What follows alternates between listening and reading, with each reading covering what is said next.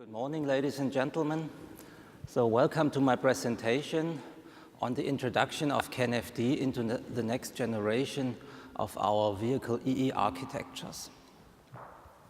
So as Mr. Hell already said, I've been working on the CAN-FD topic now for approximately 5 years.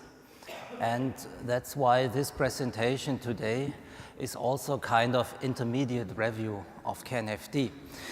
In the first part, I will show you something about future vehicle architectures in general, and I will show you how CAN-FD fits into these architectures. The second part of the presentation will deal with some constraints of CAN-FD. I have some practical examples where you have to be careful during your development work. And the presentation will end with my expectations on the future of CAN-FD. Now, if you look at the general media in recent time, you will find a lot of articles or TV reports about automobile industry. Also yesterday evening in the dinner, that was one of the main topics we discussed on the table. It's clear the automobile industry is on the verge of a dramatic change. And if you analyze this in detail, you can figure out about 4 big trends. And these 4 big trends really have the potential to be game changers in future. The first of these is connected driving. So connected driving means the car is communicating with its direct environment, but also with the overall infrastructure, or in other words, the car is about to become part of the Internet of Things. And given that, you can make up a lot of business cases and applications we do not even think about yet. Next big trend is autonomous driving. So especially here in Germany, this is currently a hot topic because the government is about to discuss legalization and laws for autonomous driving vehicles. Our vehicles are already driving autonomously in certain traffic situations, and this will be further extended until we have in future the real autonomously driving vehicle. And even more, these future vehicles will be able to go somewhere without any person sitting inside. Third point is shared vehicles. So here you might say this is kind of old hat. In the past, car sharing used to be a domain of people rather disapproving automotive industry. But if you have these first big trends, a car that is always online, a car that can go somewhere without any driver, then it's obvious you have completely new mobility concepts. And the last but not least point, electric driving. This is the oldest of these 4 trends. Yeah, no matter if you want to save the planet's climate, or if you are a sports car fan and you want unprecedented acceleration, electric driving will do that. Now, these 4 trends, it's obvious the key technology for these is electrics, electronics, and the related software. We will have more ECUs than ever in future, and these will be more complex than ever, and so will be the communication in future. This means this has a big impact on in-vehicle networking. So we need more bandwidth, we need completely new communication concepts, and we have a higher complexity. And the architectures and the communication concepts we are using have to help us to solve and to handle this complexity. The engineers in automobile industry have been working on this. They tackled this challenge and they have found their answer. And the answer is Automotive Ethernet. Now don't worry, you are on the right event. This is the International CAN Conference, but nevertheless I have to say some words about Automotive Ethernet. Because as you will see in the following, the introduction of CAN-FD is closely related to the introduction of Automotive Ethernet. So may I draw your attention to this potential future vehicle architecture. It is a multi-domain architecture that is divided into body, chassis, powertrain, and telematic domain. And these domains are interconnected by means of an Ethernet backbone structure. So physically, this will be made with a 100 base T1 physical layer that was dedicated for automobile industry. And of course, you can also find substructures of this Ethernet network within the domains, which I didn't draw in here in this drawing. Along with this Ethernet hardware come new communication concepts. I put these here just to mention some IP, DoIP, AVB, and many more. And Ethernet would not make sense without these communication mechanisms. So these are really important for Ethernet, otherwise it would be terribly inefficient. And these new communication concepts bring about a lot of changes. Especially, they bring about much more bandwidth, and they blow up the size of the payload. Now for Ethernet, this is not a problem at all. You can see here an Ethernet frame can carry up to 1,500 bytes, and this frame will be transferred with a 100 megabits per second. So this is plenty of resources, and that's no problem. But now you see this development divides or splits in-vehicle networking into two worlds. On the one hand, we have the new world of magic Ethernet, and on the other hand, we have the old-fashioned world consisting mainly of LIN and CAN, which are stuck at 8 bytes and 500 kilobits. So there is a real digital gap between these two technologies. Well, and now at the time when, against this background, at the time when Automotive Ethernet was already in its full course in development, Bosch released CAN-FD. 64 bytes per message, 2 megabit transmission speed, and I hope in future we will see the 5 megabits as well. And with these properties now, CAN-FD has the possibility or the ability to bridge the gap between magic new Ethernet world and classic in-vehicle networking, because especially the 64 bytes, they now enable and make it possible that communication concepts that used to be developed for the Ethernet world can be transferred to the classic CAN world. In this context, I want to mention especially these three communication concepts. It's the IPDU multiplexing, I will explain later. The other thing is end-to-end profiling, which is very important for the functional safety requirements of our systems, and the secure onboard communication, which helps us to encrypt and to authenticate messages. Also, this will be more and more important in future. So these things can now be transferred to CAN or to CAN-FD, and despite of this, CAN still remains the low-priced, robust, and readily manageable system we know.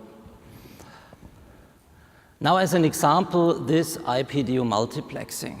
So in the past, a CAN frame consisted of a CAN identifier and the CAN message or the payload, and this identifier denoted what kind of information has to be found within the message field. And this assignment was made statically in advance in the development. Now, if you have the IPDU multiplexing technology, this CAN identifier becomes unimportant. It's more or less just used for the bus access of CAN. And the messages themselves, they are put into this large payload field. Here you might have several PDUs, also with different sizes, and these are delimited by means of a header. And this header tells the system what to find inside this frame. By doing so, you can increase the header to payload ratio. It's much better, and it makes communication much more efficient. And this assignment here, this is done dynamically during the runtime, depending on the current status of the system or the vehicle. So this is really essential for Ethernet in the car. This large Ethernet frame would be completely inefficient if we would not have this technology or a similar technology for this. And the same is true for CAN-FD. We have exactly the same algorithm for both communication systems, Ethernet and CAN-FD. The only difference is that the address range of this header is reduced for the CAN-FD implementation. And finally, if we would just have 8 bytes with classic CAN, this would not make any sense, because then you just could put in one message in general, and that doesn't make sense. So now I guess you are already waiting and anticipating for me to show the next generation of Daimler's vehicle architecture. I'm sorry, I have to disappoint you, because this product will come to the market in a few years, and by now I can't show it to you. Nevertheless, I can give you some general statements about the usage of CAN-FD in this future architecture. First of all, we can state that there is no special domain for CAN-FD. So CAN-FD is really used in all domains. Same is true for the applications. There are no special use cases for CAN-FD. It's used in completely different kind of systems. So CAN-FD still is a universal system. What is also very interesting from my point of view, about half of all ECUs and CAN-FD networks that we integrated into this next technology did not exist in previous architectures. This means CAN-FD directly captures new applications. It is more than just a replacement of the existing classical CAN. In terms of the baud rates, there is also no typical CAN-FD baud rate. And here, from our point of view, this is a drawback. When we started the development, our intention was to just have one single CAN-FD baud rate. But as the development went on, we found out the constraints of the CAN physical layer were too high, and we had to split up these baud rates, and you can see these 3 baud rates we are currently using in this new architecture. With these 3 baud rates, we can cover all applications, and maybe in future we will also have the 5 megabits. Yeah. And we would like to reduce the number of different baud rates. Last but not least, some words about the classical CAN. So the classical CAN is still part of this next generation EE architecture. But if you look at the ratio for the future development, it is clear to see that the ratio of classical CAN nodes will decline quickly. So by now, these are mostly all carry-over ECUs. New developments, nearly all are made with CAN-FD.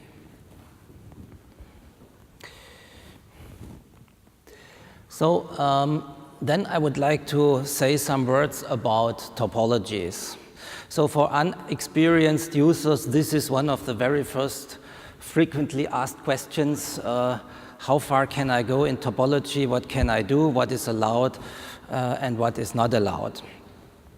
First of all, currently 2 megabits per second is the fastest communication speed we can do under automotive conditions. If you want to do these 2 megabits, then you have to go for a real pure line topology as shown here. So you really need a bus that is terminated on both ends, and you strictly have to avoid stubs. So this bus line is really looped through these ECUs. This is something we also do for branches of a FlexRay network. If you want to go for the classical CAN system structure, which has stubs on a bus line, you should reduce communication speed to 1 megabit, and these stubs shouldn't be too long. And if you have a topology which is generally somehow chaotic or undefined, then stay with the 500 kilobits. More details on this is out of the scope of today's presentation, but as Mr. Hell already mentioned, at the last conference I presented a paper that deals especially with topology, so if you look in the old proceedings you will find more information on this topic.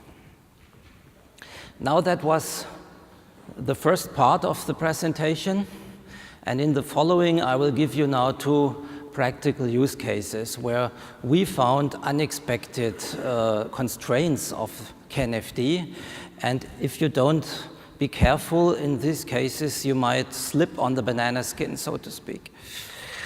So the first thing sounds strange, but the constraint is the CAN cable. In the past, CAN cables had to fulfill two requirements. They had to be somehow twisted, and second, they had to be cheap. And nobody cared for additional electrical parameters or characteristics. And this will change with CAN-FD right now. I have brought an example here for you. This is a line topology, so an optimum topology. You can't do better. And I varied here the length of these segments and the characteristic impedance of the transmission lines. And in reality, for real CAN cables as they are sold today, you can find this large range where the characteristic impedance varies. Here below I have a simulation result of this structure. It's the differential signal. We have here the switching thresholds of the transceivers. And this is a Monte Carlo analysis. So it's a superposition of many, many simulation results within these graphs. They show the CAN signal at 4 positions in this network. And what you can see now is for certain combinations of the characteristic impedance and the length, you get this step-shaped signals, and these even cut or exceed the switching threshold in certain positions, here for instance, or here or here. And this causes a lot of asymmetry, and this is the source for the limitation of the communication speed. Now, CAN was made for a system impedance of 60 ohms. So the characteristic impedance of this cable here should be 120 ohms. And indeed, if you do that in a lab experience or in a measurement, these signal distortions will completely perish. They will be gone. So you might ask, why does he tell me this stuff here? I just have to use a 120 ohm cables. I always knew that. But you will be surprised if you go to your cable manufacturer. You ask him, please give me 120 ohm cable. And if he's a good cable manufacturer, he will tell you 2 options. First option is, if you want to keep the mechanical requirements of the cable as they are used today with its copper cross-section, insulation, thickness, and so on, there is no 120 ohm cable. There is none. You can't match electrical and mechanical requirements. Or if you force the cable to have 120 ohms, it will not fit into your connectors, into the gaskets of your connectors, and so on. So please keep in mind, for many copper cross-sections which are common today, there is a conflict between mechanical and electrical requirements for the cables. The next stuff is the wake-up mechanism. So fortunately, Mr. Hell gave us yesterday a brilliant talk, all you have to know about CAN Wakeup, so I just have to refresh a little bit what he told yesterday. So you remember, you can set a CAN network into a sleep mode, and in order to wake it up again, you need some pulses on the bus, and these pulses have to fulfill some timing constants. And as this mechanism was originally defined for the classic CAN, you need 5 microsecond pulses here. And as already explained yesterday, you need we have 3 consecutive dominant bit in any classical CAN frame. So wake up is in short with classic CAN, but it is not with CAN FD. The worst case is the 29-bit ID. You can make up 29-bit ID CAN FD frames that have not a single 2 consecutive dominant bits inside. This means here we have just 2 microsecond dominant bits if the arbitration speed is 500 kilobits, and then this CAN FD network will not wake up with current transceivers. This has been known, of course, during standardization process. We defined a new timing constant, it's the 1.8 microseconds. But the issue is, these transceivers have not yet penetrated the market. There may be some very few products available currently, but if you start your development right now, or if you have already started your development, you don't have these transceivers, and that means you have to do a workaround for this. There are different possibilities. I put some here on the slides. You can limit the ID range, you can use classical CAN frames, and so on. There are even more combinations what you can do, but also please remember the message that has the dedicated wake-up property that has to be on the bus at the right time. If you don't make sure this, the bus might get stuck with the wrong message and will not wake up. Yeah, that were 2 practical examples. And now finally, I would like to express my expectations for CAN FD in future. So some of the things I already addressed. First thing are the CAN cables. We have to optimize CAN cables. Maybe we need a standard so that everybody can get a real CAN FD cable from the cable manufacturers. Currently, the cable manufacturers don't really know what to give you when you try to order a CAN FD cable. The other thing is we have to improve the physical layer. First, we need the transceivers that have all these features that have been designed for CAN FD.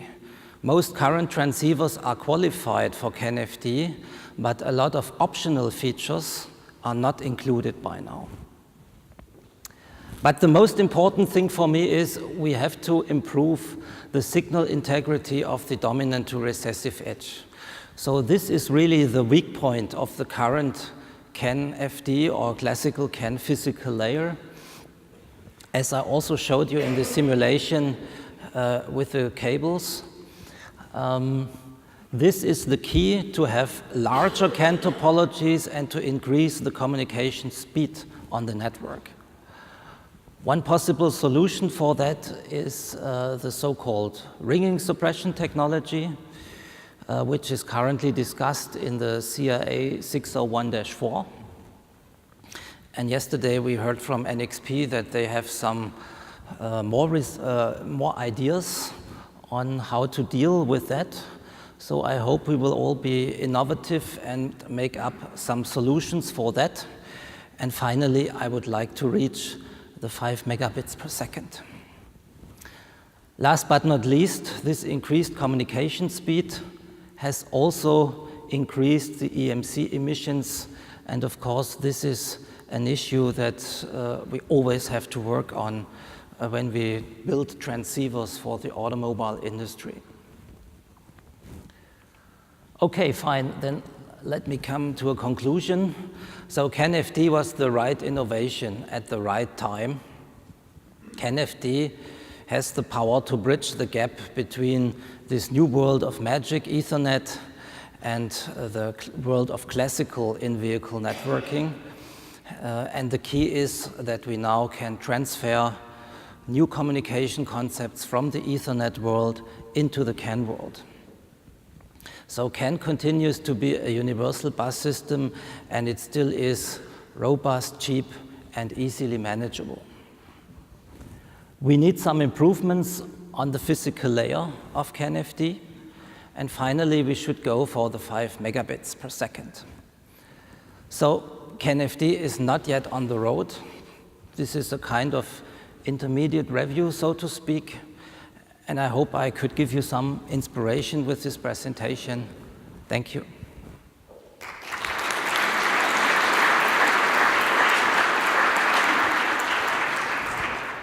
Thank you, Mr. Schreiner. So I will ask the first question. So your company now collect a lot of experience with CAN-FD and Ethernet. You told us. So after 5 or 6 years working with CAN-FD, do you see additional improvement for CAN-FD? So something like CAN-FD Plus?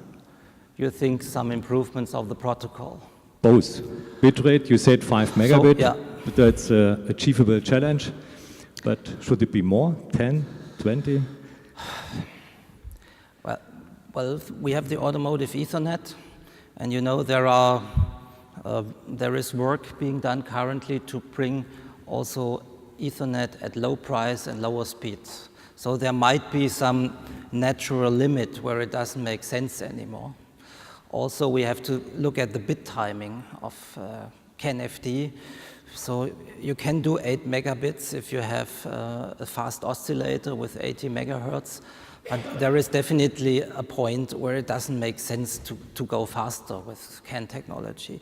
But by now, this 5 megabit is a practical result or a game. And it is also a current value in the ISO. So this is the next step. But of course, you should never say never. Yeah. Okay. Thank you. Other questions from your side? Then, thank you, Mr. Schreiner. Thank you.